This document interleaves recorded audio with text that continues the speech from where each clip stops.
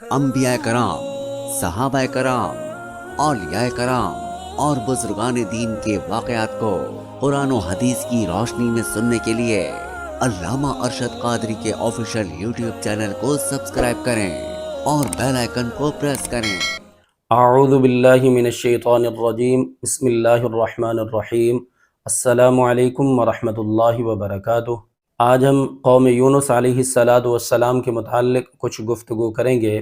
نینوا کے علاقے موصل میں حضرت یونس علیہ السلام کی قوم رہتی تھی، کفر و شرک میں مبتلا تھی۔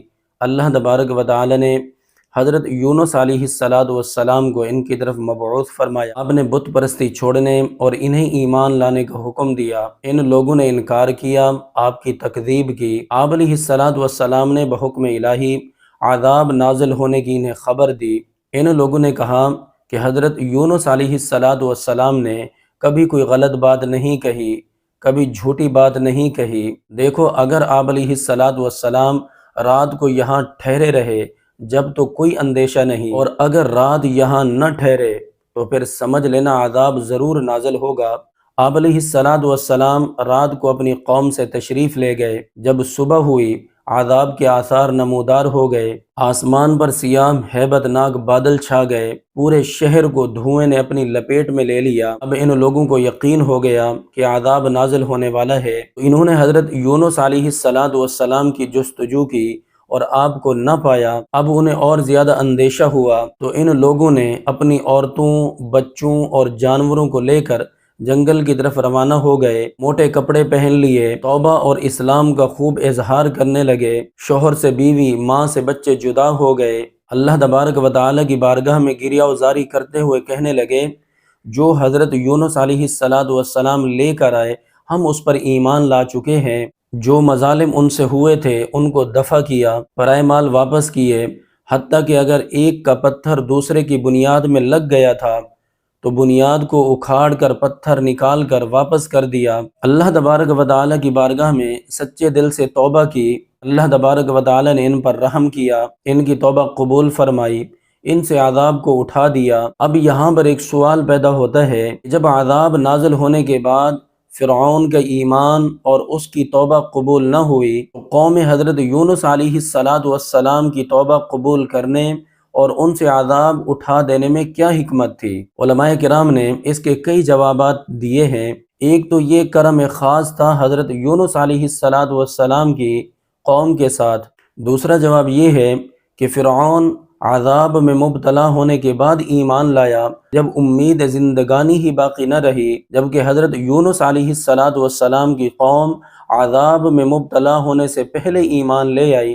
اللہ تبارک و تعالی دلوں کے احوال کو خوب جاننے والا ہے۔ اسی کے متعلق قرآن مجید فرقان حمید میں ارشاد فرمایا، فلولا كانت قرية آمنت فنفعها ایمانها الا قوم یونس لما آمنوا کشفنا عنهم عذاب الخزي في الحیات الدنیا ومتعناهم الى حین۔ بہرحال عذاب ٹل جانے کے بعد آپ علیہ السلام شہر کے قریب آئے تو آپ نے شہر میں عذاب کا کوئی اثر نہیں دیکھا۔ لوگوں نے آپ سے عرض کی، آپ اپنے شہر میں تشریف لے جائیے۔ آپ علیہ السلام نے ارشاد فرمایا، میں اپنی قوم میں کیسے جا سکتا ہوں؟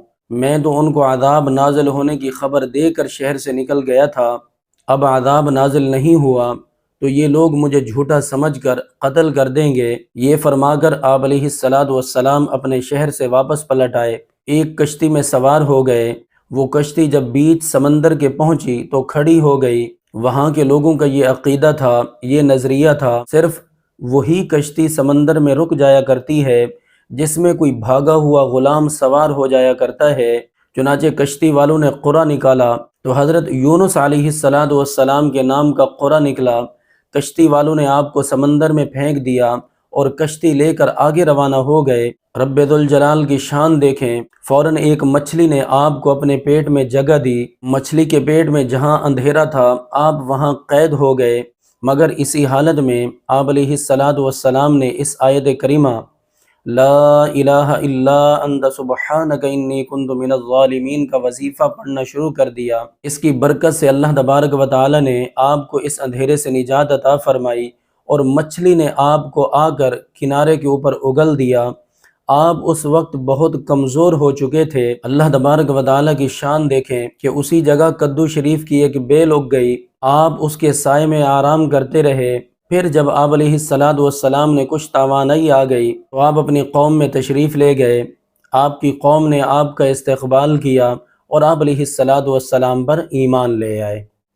دعا کرتے ہیں کہ رب ذوالجلال ہمیں قرآن مجید فرقان حمید کی برکتیں عطا فرمائے، آمین بجاہ النبی الامین۔